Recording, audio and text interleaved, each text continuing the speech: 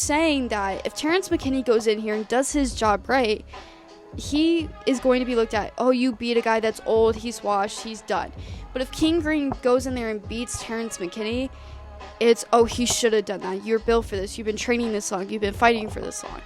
So what are we going to see in this fight? We're going to see a stand-up battle that maybe either goes to a knockout really quick or it's going to go all 3 rounds. And somehow, maybe Terrence McKinney will win, but I highly doubt.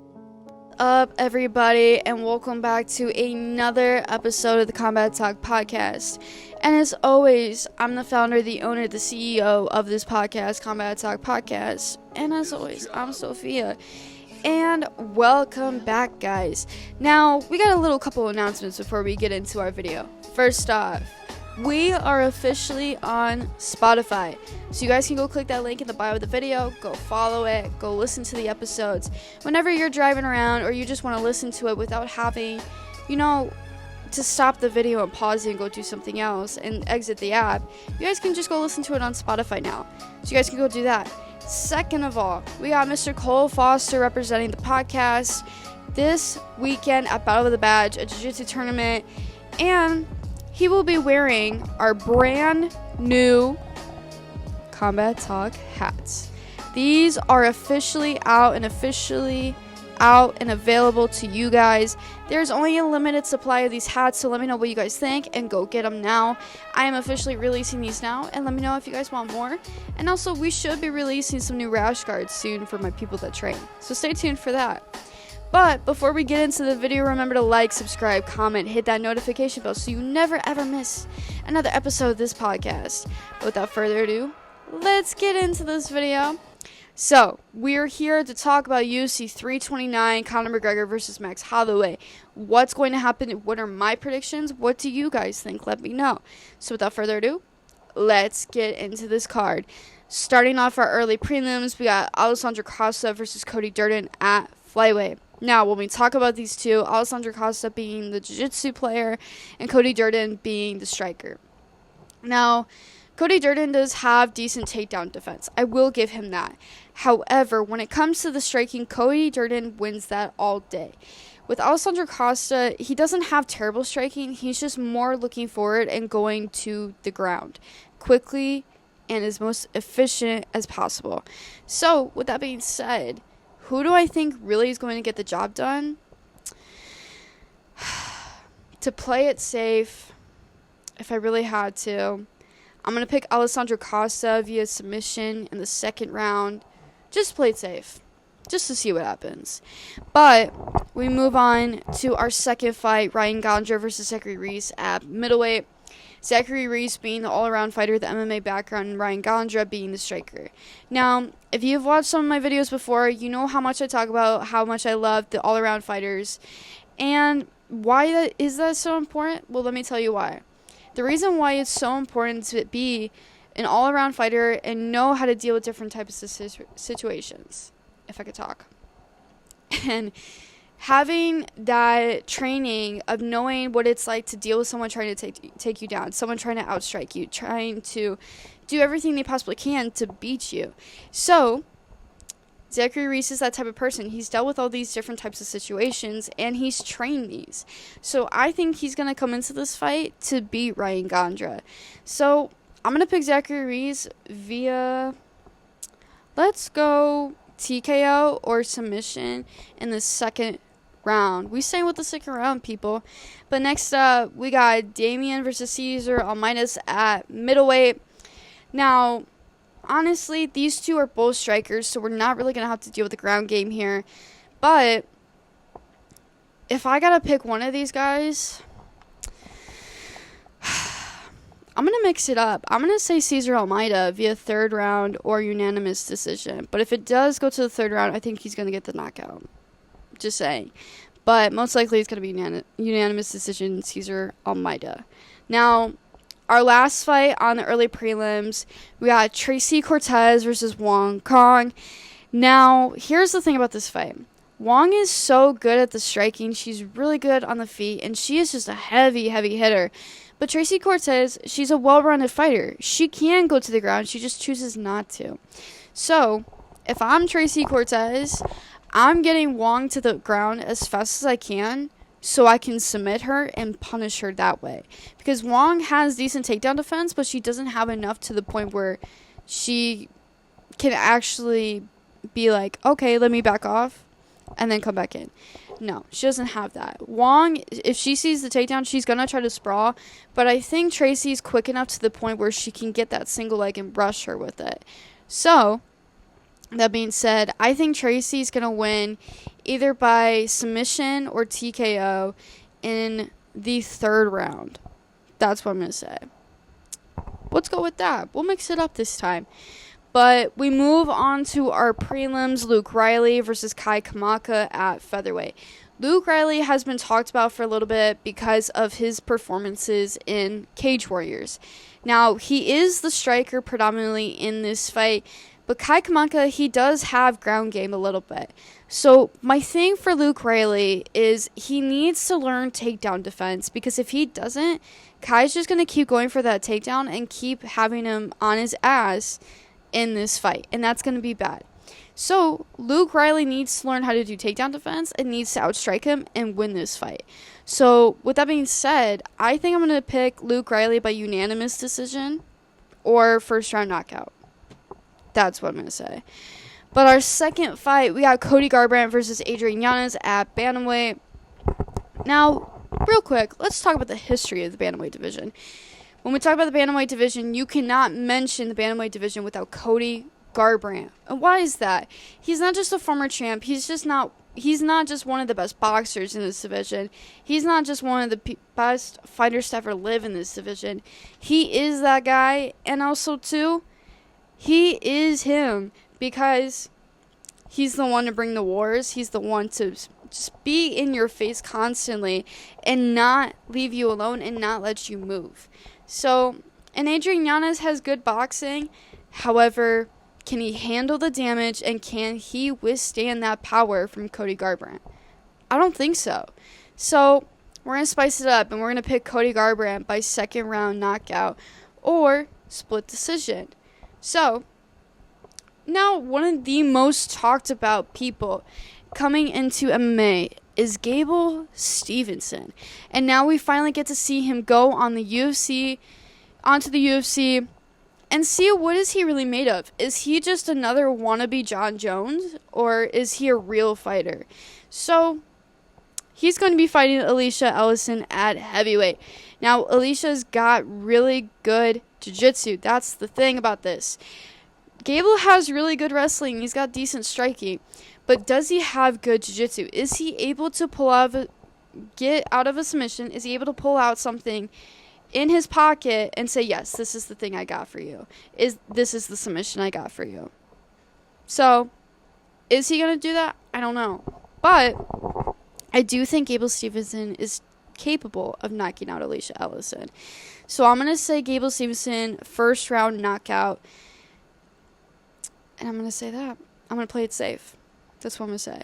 But our last fight on the prelims before we head on to the main card is Nikita Krylov versus Robert Whittaker. Now, we got striker versus jiu-jitsu. And what does that usually mean? We're going to be on the feet a lot. And then Nikita is going to be tired. And then he's going to go for a takedown. Will he land that takedown? I do not know. But we will find out Saturday.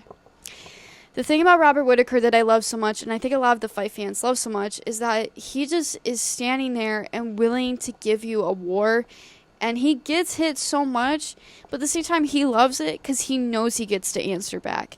So I think this is a really good test for Nikita Krylov because Robert Whittaker is one of those people that you do not want to go to war with. And if you do, you better hope and pray your will's running out.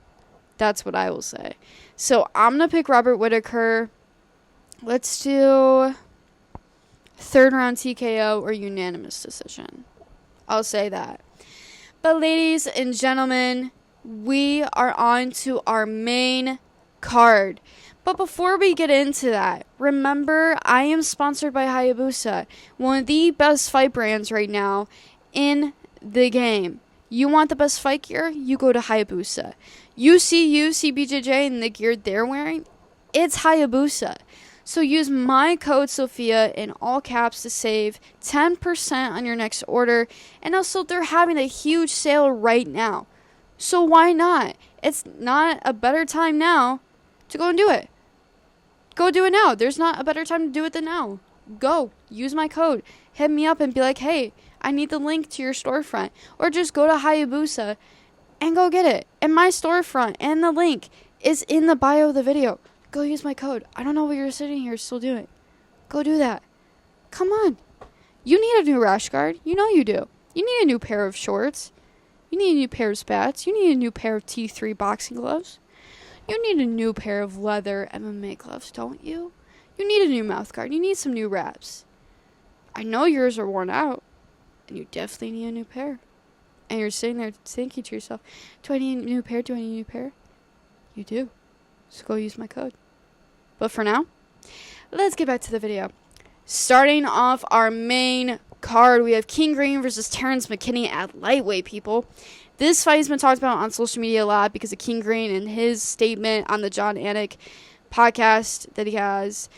And so apparently they were friends, but apparently they're not. I don't know. But let's look at it like this, because King Green was saying this earlier on social media. He was saying that if Terrence McKinney goes in here and does his job right, he is going to be looked at, oh, you beat a guy that's old, he's washed, he's done. But if King Green goes in there and beats Terrence McKinney, it's, oh, he should have done that. You're built for this. You've been training this long. You've been fighting for this long.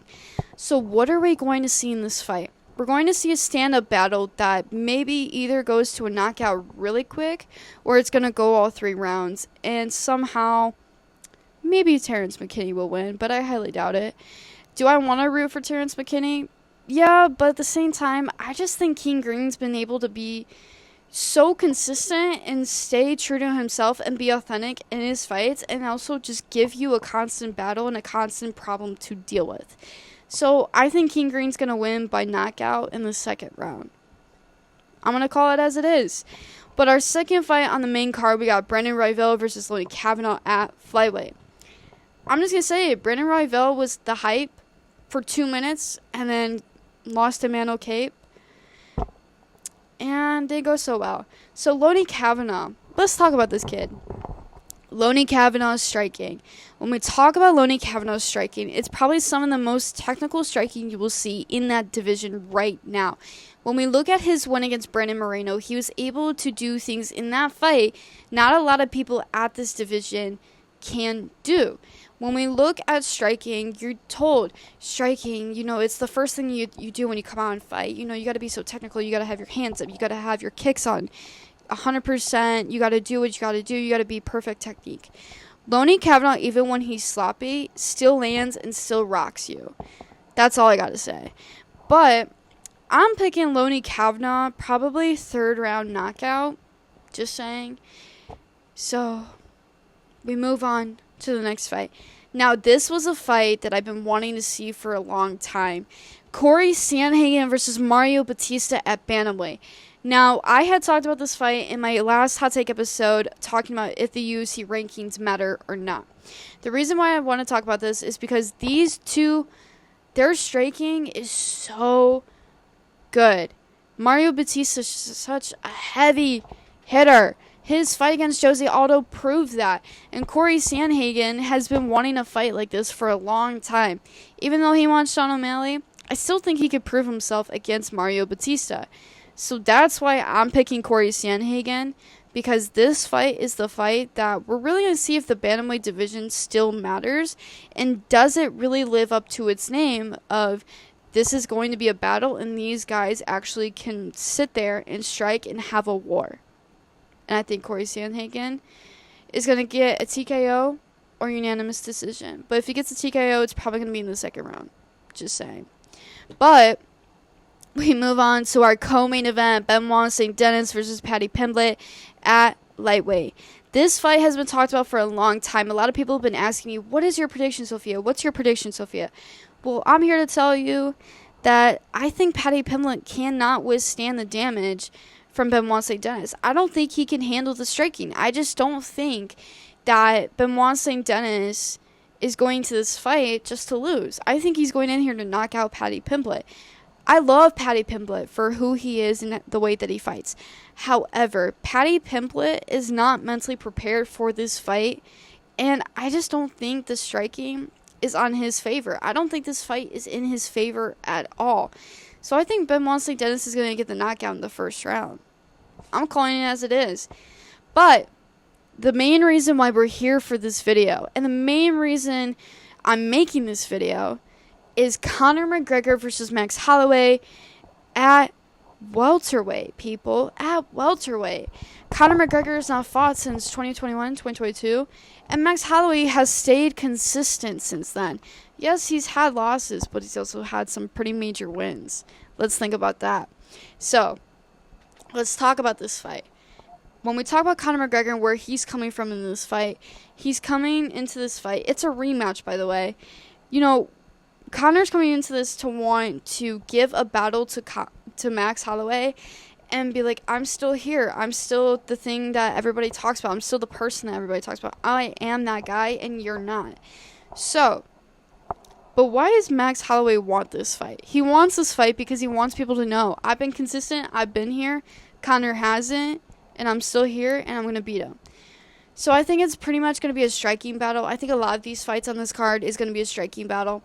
But Conor versus Max, I think this is going to be a lot of blitz combos. I think it's going to be a lot of leg kicks. I think it's going to be a lot of who can take the most damage and keep going. And who has it mentally to go all 5 rounds. Who does? So, who am I picking? I'm picking Max Holloway by unanimous decision. So, those were my predictions for UFC 329. I hope you guys enjoyed it. Make sure to leave your predictions in the comments below. You guys don't always have to pick my predictions. It's okay. I get it. But remember, I am your host, Sophia, as always, and I'm not going anywhere. Remember to go get your Combat Talk hats now, because you can. And also remember to go like, comment, subscribe, hit that notification bell so you never ever miss another episode of the podcast. And also remember to go subscribe to the Spotify channel. It's all the same content that you see on YouTube and maybe some more. So go subscribe to that too. And also remember, go follow the Million streaming channel. It's not just a streaming channel. We got some merch on there too. And we also got some more interviews happening on there too, and some UFC watch parties. Maybe we'll live stream for UFC 329 as well. But also, one more thing before I head out. Remember to use my code on Hayabusa, Sophia, in all caps to save 10% on your next order. And as always, I'm your host, Sophia. And I thank you guys for watching the video. But for now, bye-bye, guys.